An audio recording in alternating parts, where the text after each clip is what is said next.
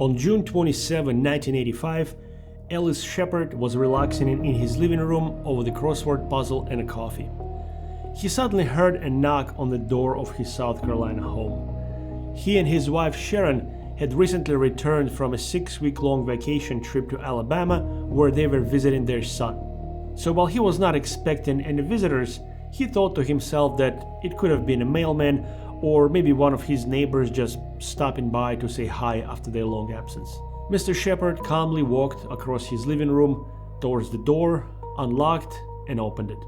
In the doorway, he saw 2 men in their 30s who introduced themselves and asked if they could come in. About 20 minutes later, the Lexington County Sheriff's Department received the phone call that would put an end to the largest manhunt in South Carolina's history. But before we dive in, if you can't resist a good mystery and enjoy the unexplained, forgotten, and twisted, then you're in the right place. Every single week, we bring you 1 or 2 full-length episodes that go deep into exactly these kinds of stories, plus 3 to 5 shorts exploring even stranger corners of history. And here's the thing, the channel is brand new and we just getting started. The channel is growing because of viewers just like you who appreciate storytelling that doesn't hold back. So if you enjoyed what you're hearing, do me a favor, hit that like button, subscribe, and turn on all notifications. It costs you nothing, but it helps us tremendously. Plus, you'll be the first one to know when we drop something new. And trust me, what's coming next is totally worth it. Now, before we begin, a content warning. Today's story involves the abduction and murder of children. It contains disturbing details that some viewers may find upsetting. This story is told to honor the memory of the victims and to ensure their stories are not forgotten, not to sensationalize the tragedy. Therefore, viewer discretion is strongly advised.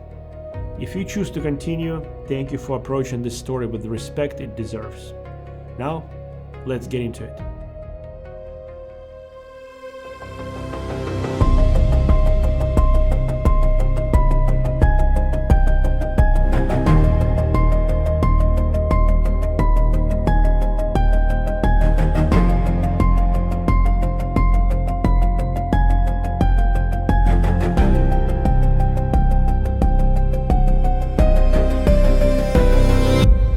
On May 31st, 1985, 17-year-old Shari Smith spent that sweltering Friday afternoon at a pool party on Lake Murray with her boyfriend Richard and their friend Brenda.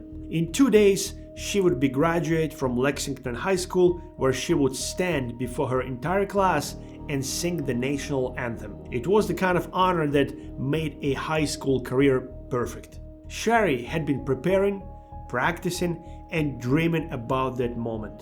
And after graduation came the cruise to the Bahamas with her classmates. That very morning, her mother had helped her get the traveler's checks at the bank. Everything was planned, everything was perfect. Her true adult life was about to begin. Shari was the kind of a girl that everyone loved. Big blonde hair in those classic mid-80s style, blue eyes that sparkled when she laughed, always upbeat, always happy, always encouraging everyone around her, including her own older sister Dawn, whom she constantly pushed to chase her dreams. "You should compete for Miss South Carolina, Dawn. You'd be amazing, I know you would."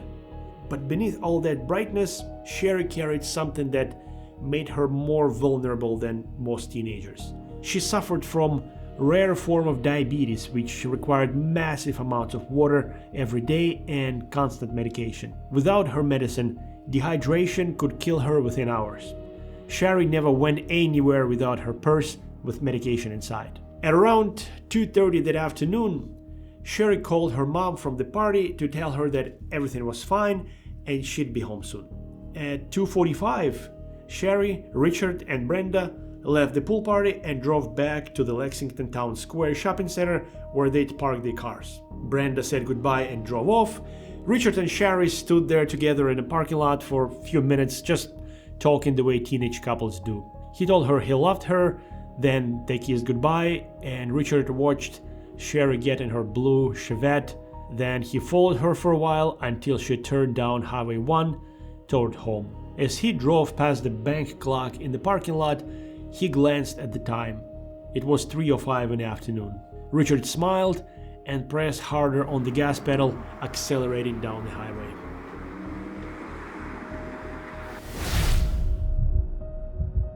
Shari's mother, Hilda, was at home going about her afternoon when she glanced out of the window around 3:40 and saw Shari's blue Chevette pull next to their mailbox at the end of their long driveway. The mailbox stood about 700 feet from the house, and Shari always stopped there first to check the mail before driving up. It was routine, and she'd done it 1,000 times before. Hilda saw the car, paused at the mailbox, and she knew that in a minute or two she'd hear the front door open and hear Shari's familiar "I'm home." Shari's father, Bob Smith, was in his home office working when he also caught a glimpse of Shari's car in the window. He waved even though Shari couldn't see him from that far, so he went back to his work. A few minutes later, Bob looked up at the clock on the wall. It's been almost 10 minutes since he saw Shari's car. She should have been inside by now. Why wasn't she inside? Something didn't feel right. He stood up from his desk, walked through the house, out to the garage, got in the car, and drove down that long driveway toward the mailbox. Shari's car, the blue Chevrolet Chevette, sat with the driver's door wide open. The engine was still running. Mail lay scattered on the ground. Shari's purse sat untouched on the passenger seat with her beach bag and towel. Inside that purse he could see her medication, the medication she never went anywhere without. And there, in the soft dirt beside the mailbox, Bob saw footprints. Bare footprints walking toward the mailbox. Shari's bare footprints, because she'd been wearing her black jelly shoes at the party and had taken them off. No footprints walking back. Bob called out, "Shari! Shari!" Nothing. He looked around frantically. She had to be nearby. She had to be playing a joke. She had to be something. Anything other than what his gut was telling him. But there was nothing. Just the running car, the scattered mail, the open door, the silence. He jumped back in his car and raced back to his house. He burst through the door and found Hilda.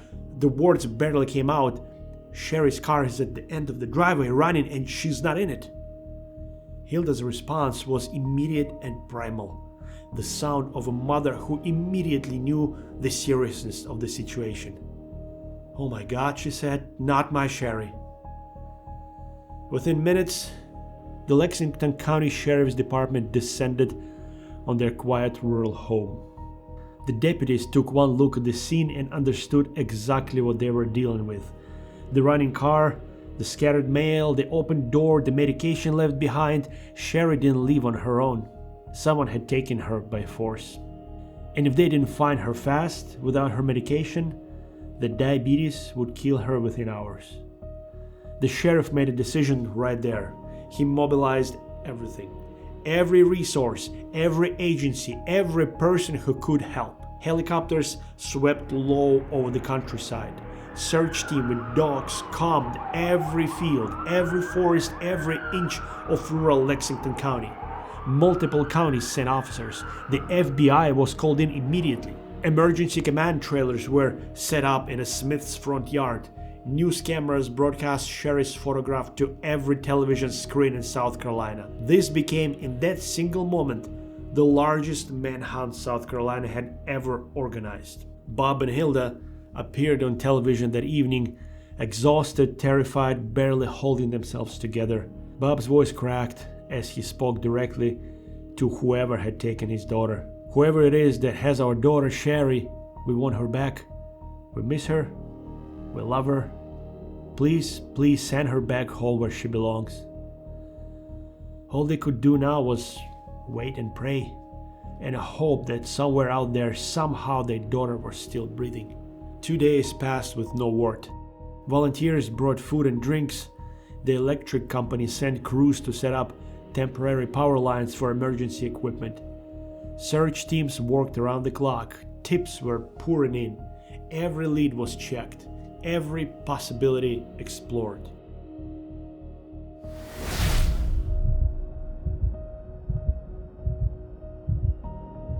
At 2:30 in the morning, on Sunday, June 3rd, The phone rang in the Smith household. The voice on the other end of the line sounded warped and distorted. It barely sounded human, but the words were crystal clear and precise. The caller wanted to speak to Mrs. Smith specifically, and to prove this wasn't some twisted prank, he did something that made Hilda's hands start shaking. He described what Shari had been wearing in perfect details. The yellow tank top, the white baggy shorts, the black and yellow two-piece swimsuit she'd worn underneath. Details that only someone who'd taken her could possibly know. The voice claimed Shari was fine. They were watching television together. She was eating. He was giving her lots of water because he knew about her diabetes. He was taking care of her. Everything was okay. No ransom demand. No threats. Just this bizarre, almost caring reassurance that everything was fine. Then came the promise. Tomorrow morning you'll receive a letter in the mail. A letter from Shari herself. FBI Special Agent Ron Walker and Sheriff Metz, who were listening to the call, recognized immediately that they were not dealing with some panicked amateur. The voice alteration alone required technical knowledge, probably electronics training, the psychological manipulation, the control, the methodical planning. This person had thought everything through. This wasn't someone's first crime. The call was traced to a payphone outside Taylor's store on Highway 378, about 12 miles from the Smiths' home. Deputies raced to that location, but by the time they arrived, the caller had vanished. No one had seen him and no evidence was left behind. Early next morning, police were at the post office sorting through stacks of mail. Everyone wearing gloves, searching carefully, hoping and dreading what they might find. The envelope they found had been posted from Columbia the day before with a 22-cent duck stamp. Sheriff Metz had Bob Smith brought to the post office to officially receive the letter. When Bob, Shari's father, saw the handwriting on the envelope, he knew immediately it was from Shari. Inside were 2 pages of yellow legal paper covered in his daughter's handwriting. Forensic examiner later confirmed that Shari indeed wrote the letter. At the top of the first page was haunting and terrifying title: Last Will and Testament. Dated 6/1/85, June 1st. Time 3:10 in the morning. Shari had written about how much she loved her family. She told them not to let this destroy their lives, to keep living one day at a time for Jesus. She thanked them for the special times they'd shared together. She told them her thoughts would always be with them, that some good would come out of this tragedy. And then in parentheses, Shari written 2 words that broke her parents' hearts completely: casket closed. Even in those final hours, she somehow knew what was coming. Shari had been thinking about her family. She had been trying to spare them. She knew that by the time they saw her body, it would be in such condition that an open casket would be impossible. She knew what was going to happen to her. And instead of begging for her own life in that letter, she was comforting the people she loved. Bob Smith had been holding on to desperate, fragile hope. Maybe she'd escape. Maybe she'd been hiding somewhere safe. Maybe this was all a nightmare he'd wake up from. But when he read those words, Last Will and Testament, when he saw the casket closed, hope died. The helplessness was total and complete. He had to show the letter to Hilda. That was the hardest thing he'd ever done in his life, watching his wife read their daughters goodbye. But even in their grief, investigators kept working. Mikey Dawson examined every inch of those pages: fingerprints, trace evidence, anything microscopic that might lead them to whoever had done this. In the meantime, the phone calls continued, and they got worse. That same Monday afternoon, the distorted voice called again. "Have you received the mail today?" "Yes," Hilda answered. "Do you believe me now?" Hilda tried to keep him talking, tried to get confirmation that Shari was still alive. "I need to know that Shari is well." "You'll know in 2 or 3 days." Later that night, another call. This time the words were even more chilling. "I want to tell you one more thing. Shari is now part of me, physically, mentally, emotionally, spiritually. Our souls are one now." What did that mean? Investigators and the family didn't want to think about what it meant. The calls kept coming. Each one traced to a different payphone. Each time deputies rushed to the location, each time the caller was already gone. On Tuesday night, the voice gave specific times. He corrected himself at one point. He'd said 4:58 a.m., then stopped and said, "No, wait, 3:10 a.m. That's when Shari wrote the letter. Then later, 4:58 a.m. That's when they became one soul. Investigators realized what he was telling them. Shari had written her farewell letter at 3:10 in the morning on June 1st. Less than 2 hours later, at 4:58 a.m., she was dead. 12 hours. Shari had survived only 12 hours after being taken from her driveway, and she'd spent part of those precious final hours writing to her family, telling them she loved them, asking them to move forward with their lives. On Wednesday morning, June 5th, 5 days after Shari's vanished, the phone rang again at 11:54 a.m. Hilda grabbed it. The distorted voice spoke with mechanical precision, giving detailed directions. "Listen carefully. Take Highway 378 west to traffic circle. Take Prosperity exit. Go 1.5 miles. Turn right at the sign Masonic Lodge number 103. Go 1/4 mile. Turn left at White Frame Building. Go to backyard. 6 feet beyond. Be waiting. God shows us." Law enforcement followed those directions to a Masonic Lodge near the Saluda traffic circle, just 15 miles from the Smiths' home and only 3 miles from where Alice Shepard lived. Behind the white frame building, 6 feet into the wood line, they found Shari's body. She was lying on her back, still dressed in her white shorts, her yellow tank top, and her black and white striped blouse. One gold stud earring remained in her left ear, but the other was missing. All her other jewelry was gone. The medical examiner noted the extreme heat and decomposition. Shari had been dead for several days, most likely since Saturday morning, June 1st, just as the killer had indicated. Evidence of duct tape residue on her face suggested suffocation as the cause of her death. Her hair was shorter than it should have been. Whoever did this had to cut the duct tape out of her hair to avoid leaving it behind, a sign that the person understood forensic evidence. One of the South Carolina Law Enforcement Division captains returned to the Smiths' home to deliver the news. When he opened the door, the look on his face told them everything before he said a word. "We found Shari. I'm so sorry, it's her."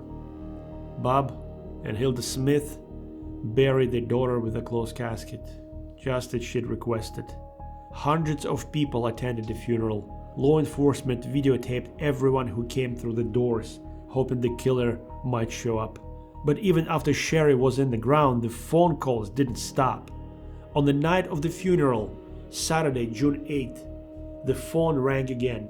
The voice wanted to describe in graphic, horrifying detail exactly how he'd killed Shari, how he had tied her to a bedpost, how he had wrapped duct tape around her entire head, how she had suffocated.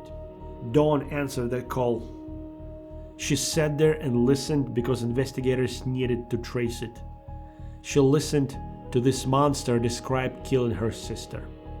And at the end of the call, he said something that made Dawn realize the nightmare wasn't over. He said, "Your time is near. God wants you to join Shari Faye." He wasn't done. He was fixated on Dawn now. And 2 weeks later, on a blazing hot Friday afternoon, He proved just how serious he was.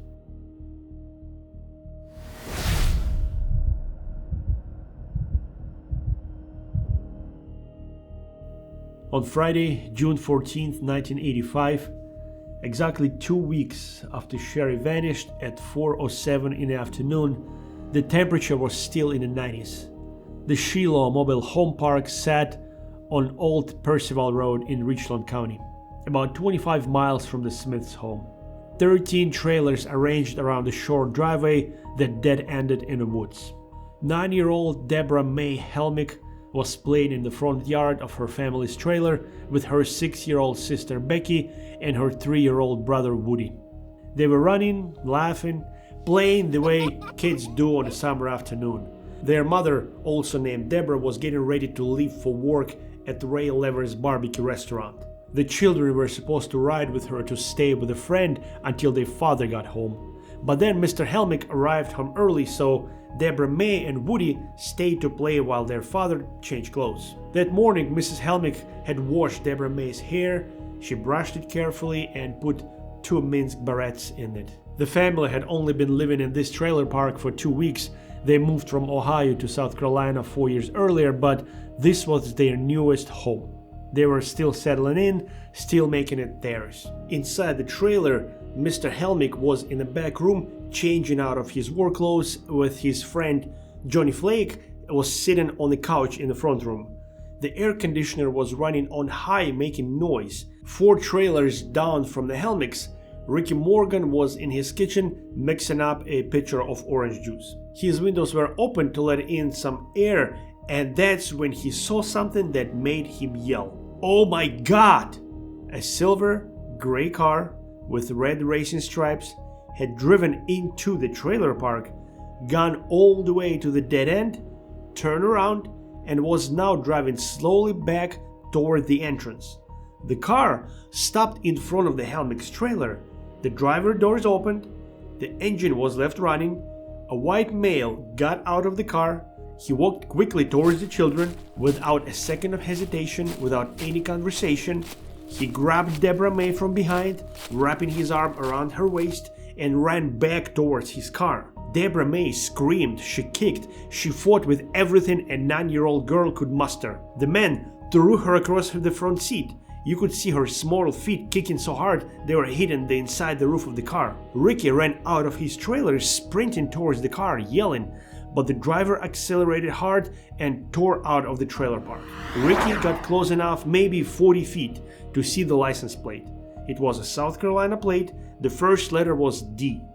Inside the Helmick trailer, Mr. Helmick heard one of the kids yelling, but the air conditioner was so loud he thought they were just playing. Then his friend Johnny said, "One of you kids is yelling and hollering out there."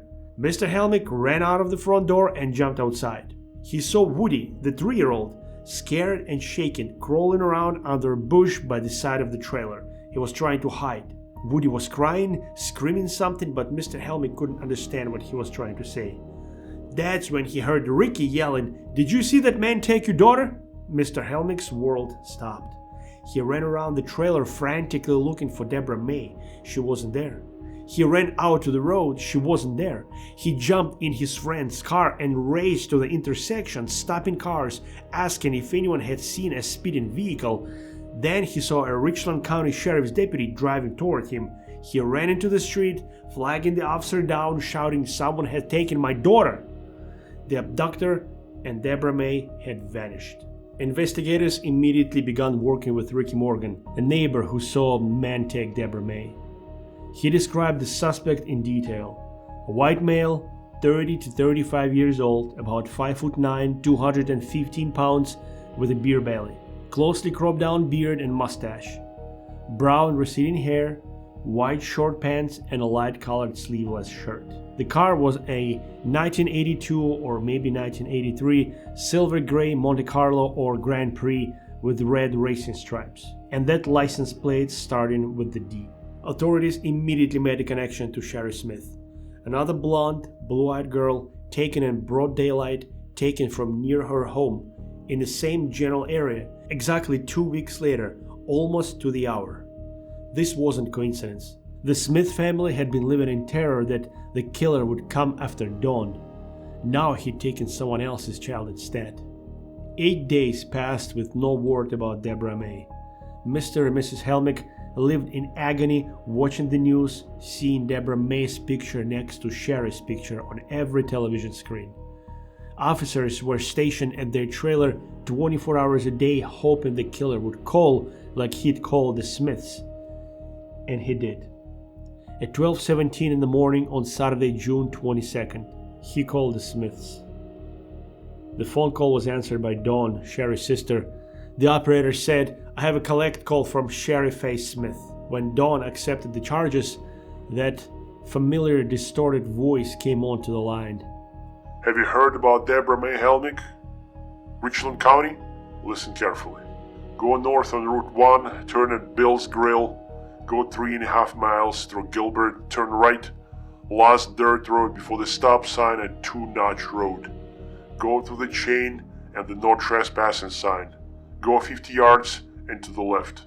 Go 10 yards. Deborah May is waiting. God forgive us all. Dawn tried to keep him on the line. She tried to get more information, but he ended with a threat. "Dawn, your time is near." Officers rushed to the location, and in a wooded area near Gilbert, they found Deborah May's body. She was dressed in her white shirts with pinstripes, her lavender t-shirt, her cotton panties. But over her own underwear, someone had put a pair of adult silk bikini panties. Scattered around the body were clumps of hair that had been cut off. In one clump was a pink beret. The medical examiner found adhesive residue in the hair consistent with duct tape. Because of decomposition, the exact cause of death couldn't be determined with certainty, but suffocation was the most likely explanation. Forensic anthropologist Dr. Ted Ruthven used a process called craniofacial superimposition to positively identify the remains. He superimposed images of the skull over the photographs of Deborah May. The teeth matched, the eye sockets matched, the jaw matched. It was her. Fingerprints comparisons confirmed it. The tissue from the body matched Deborah May's baby footprints from the hospital. It matched her fingerprints from when the family had lived in Ohio. When Mrs. Helmick was shown photographs of the clothing, she identified everything immediately. The white shirts with the snaps, the lavender t-shirt, the pink beret. The Helmick family had watched the news about Shari Smith. Deborah May had sat on the floor in front of the TV and said how pretty Shari was and how sad it was that she'd been killed. Now Deborah May's picture was right there on the screen next to Shari's. At a news conference, Sheriff Metz made it official. "We now believe the cases of Shari Faye Smith and Deborah May Helmick are one and the same. South Carolina had a serial killer, and he was still out there.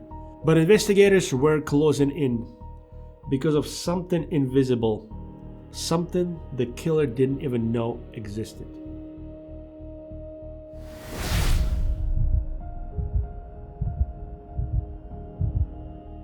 Back at the South Carolina Law Enforcement Division, forensic document examiner Mikey Dawson had been working on Shari's last will and testament since the day it arrived. The letter had been written on standard lined paper torn from a yellow legal pad. Dawson understood something crucial about the physics of writing. When you press a pen or pencil onto paper, you're not just marking that single sheet. The pressure transfers through to the pages underneath, creating impressions, indentations. Usually they are too faint for the naked eye to detect, but not too faint for science. Dawson used an equipment called an electrostatic detection apparatus, or ESDA. The process was intricate and precise. First, the document went into a chamber where the humidity was carefully controlled. Moisture in the paper helps conduct electricity better. Then, the paper was positioned on a brass plate inside the ESDA machine. A thin film similar to plastic wrap was stretched tight over the paper. An electric field was activated, and finally, powder resembling fingerprints powder was brushed across the film. What happened next seemed almost like magic. The electrical charge made the powder stick to the tiny indentations pressed into the paper from previous pages. Invisible writing became visible. Words that had been written days or weeks earlier on pages that were now gone suddenly appeared like ghosts rising from the paper. Dawson's first attempt revealed fascinating results: a grocery list, some bills to pay, and most importantly, a list of names and telephone numbers. Emergency contacts someone had written down. One partial phone number stood out immediately. The digits 205-837 were clearly visible. Area code 205 meant Alabama. The exchange 837 meant Huntsville specifically, but only 3 of the final 4 digits were legible. The solution was elegantly simple. Investigators systematically tried all 10 possible combinations for that missing digits from 0 through 9. They called each number. One of those numbers belonged to a man living at a military base in Huntsville. When investigators asked if he had any relatives in South Carolina, he said yes, his parents, Alice and Sharon Shepard. They lived in Saluda County, just 15 miles from Smith's family. Telephone records showed something crucial. Multiple calls to the Smith residence after Shari's disappearance had originated from the Shepard home phone. And that brings us back to where we started, to Alice Shepard's living room. That's when the officers went to the house of Alice Shepard and interrupted him from doing his crossword puzzle. Mr. and Mrs. Shepard immediately notified officers that for the past 6 weeks they had been away, visiting their son in Alabama. They had ironclad alibis, receipts, witness statements. They'd been nowhere near South Carolina when Shari vanished. Then the investigators did something that would blow the case wide open. They played the recording, the distorted voice from the phone calls to the Smith family. Alice Shepard's recognition was instant. His face changed, his voice filled with anger and disgust. He knew that voice, even through the distortion. "That son of a bitch," he said. "That's Larry Jean Bell."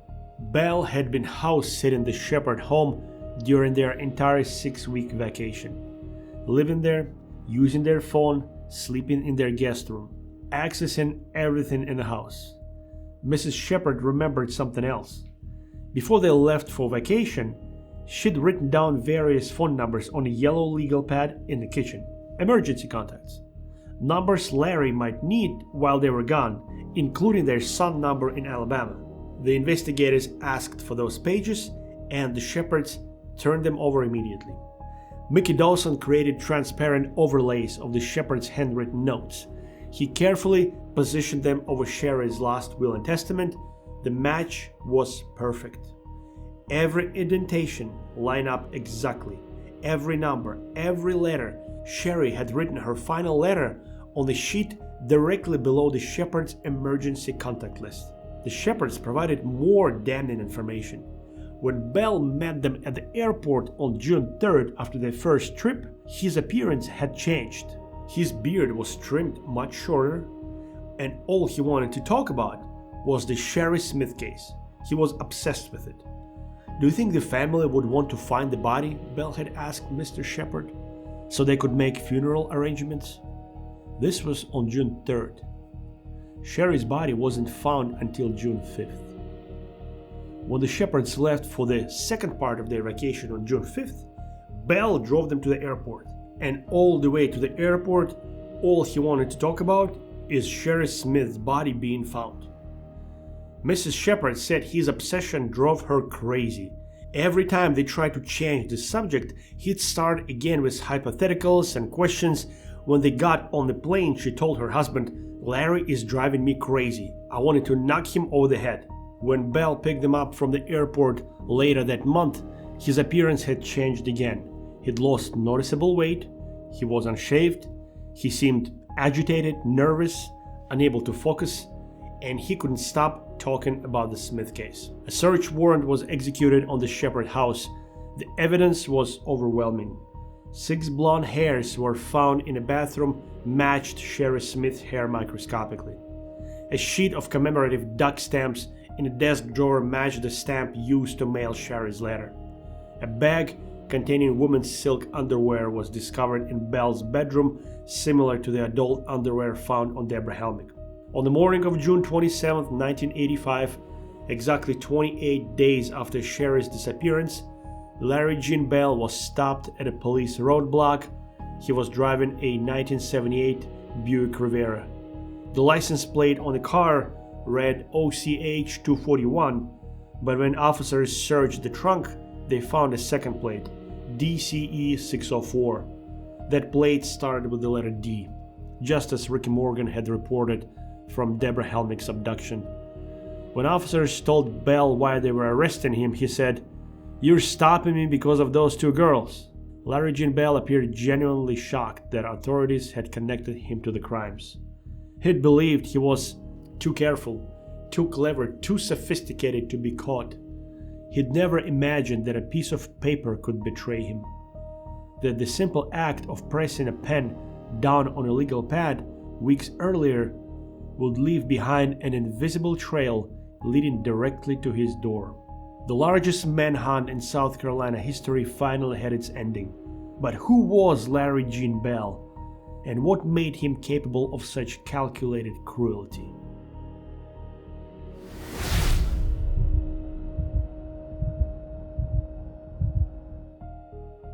Larry Gene Bell was born on October 30th, 1949 in Ralph, Alabama. His life read like a catalog of failures and dysfunction. The family moved constantly during his childhood. He attended Eau Claire High School in Columbia, South Carolina, but never seemed to settle anywhere. He trained as an electrician. He married and fathered a son. In 1970, Bell enlisted in the Marine Corps. His military career lasted less than a year. He'd accidentally shot himself in the knee while clearing a weapon. After his discharge, he briefly worked as a corrections officer, but that lasted only a month. By 1976, his marriage had collapsed. But more disturbing than his string of failures was his history of violence against women. Bell had been arrested for making obscene phone calls. In 1975, he'd attempted to kidnap a female student at the University of South Carolina, approaching her with a gun. He'd been convicted of assault and battery of a high and aggravated nature and served time. When interrogated after his arrest, Bell's behavior was bizarre. He repeatedly claimed that this Larry Gene Bell didn't do it. There was the other, the bad Larry Gene Bell, who committed the crimes. He seemed to be setting up some kind of split personality defense, as if there were two different people inside him. FBI profiler John Douglas, whose pioneering work in behavioral analysis would later inspire the Netflix series Mindhunter, was brought in to interview Bell. Douglas sat across from the Bell and laid out everything. The FBI profile, the research, how they'd studied criminals and found that many of them described their crimes as dreamlike, as if someone else did them. Two personalities, a good side and a bad side. Then Douglas asked a simple question. When did you start feeling bad about this case? Bell's answer was chilling. When I saw the cemetery, I didn't feel good about it. And then came the closest thing to a confession. All I know is that the good Larry Gene Bell couldn't have done this, but the bad Larry Gene Bell could have. Years later, Douglas would call Larry Gene Bell one of the most sadistic killers he'd ever encountered, and Douglas had encountered hundreds. What set Bell apart wasn't just that he killed. It was that he needed to maintain control even after death. The phone calls taunting the family while Shari was already dead, forcing Shari to write goodbye knowing she'd be murdered hours later, calling on the night of her funeral to describe her death in graphic detail, contacting the family about a second victim, threatening Dawn. This wasn't about killing. This was about power, about manipulation, about watching people suffer and knowing he was the one making them suffer. Bell's trial began in January 1986 in Berkeley County, moved there because of the extensive publicity. The trial was a spectacle from the beginning. Bell acted out constantly. He made bizarre statements, he rambled, he refused to answer questions directly. At one point he stood up in court and proposed marriage to Dawn Smith, Shari's sister, who sat horrified as this monster declared his feelings for her in front of the entire courtroom. Solicitor Donnie Myers presented the evidence methodically. The timeline, the phone calls, the forensic connections, the duct tape, the hair evidence, the ESDA breakthrough, the witness identification, but the most powerful moment came during the closing arguments. Myers picked up a pen that Shari used to write her letter. He held it up to the jury. Shari Smith had the fortitude and the courage to write out her last will and testament.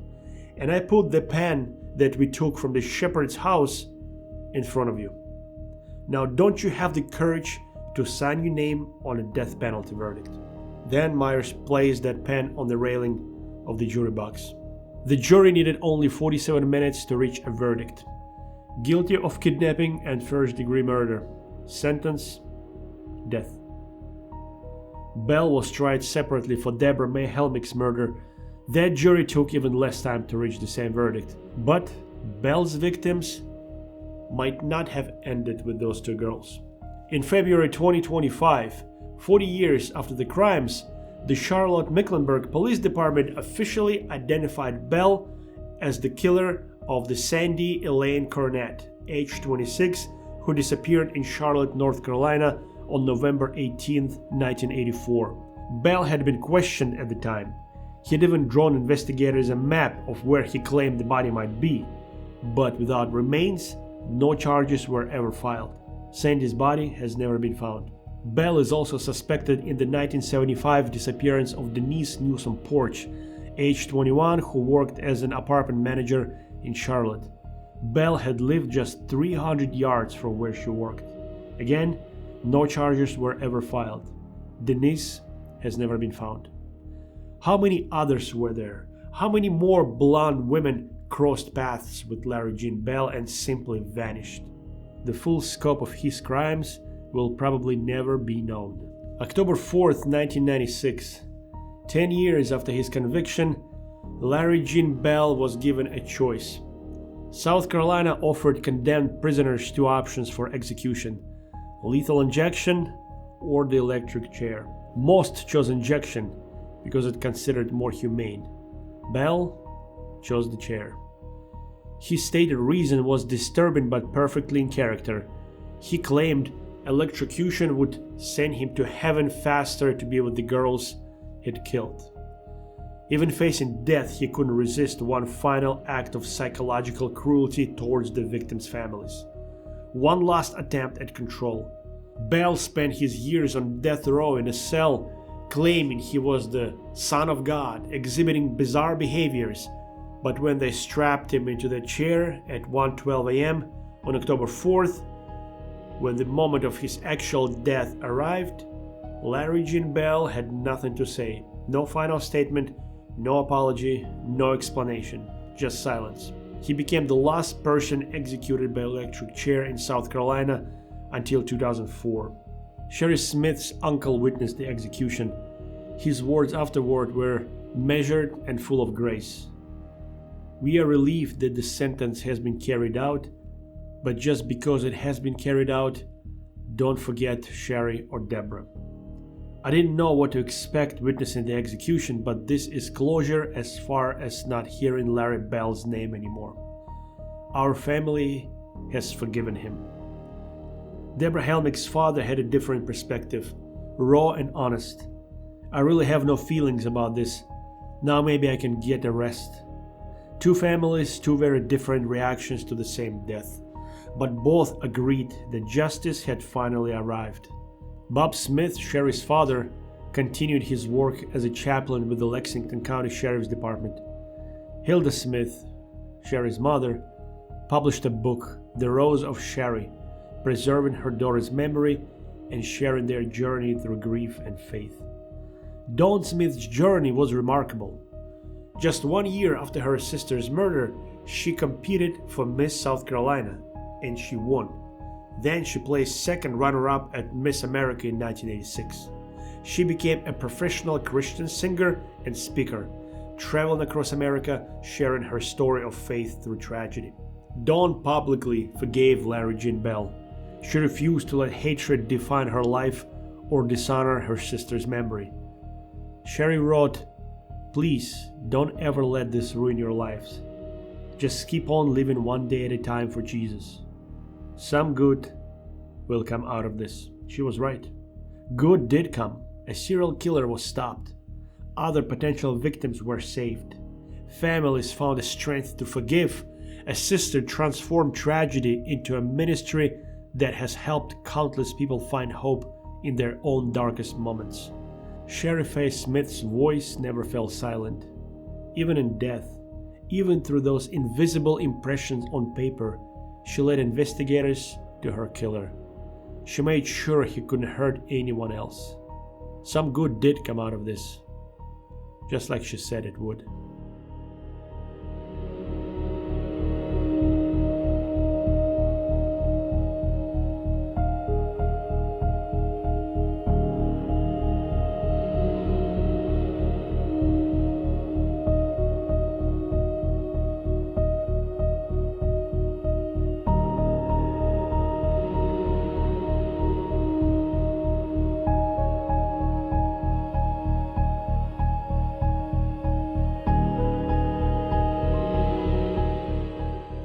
If you made it this far, thank you. Starting a new channel isn't easy, and every like, subscription, and comment helps us grow. You're part of building something here from the ground up. We drop 3 to 5 shorts and 1 or 2 full episodes every week, more twisted mysteries, more unexplained stories. So hit subscribe, turn on all notifications, and be the first to see our new content. Also, let me know what you think about today's story in the comments below. I read and reply to all of them. Stay curious, stay safe, and I'll see you in the next one.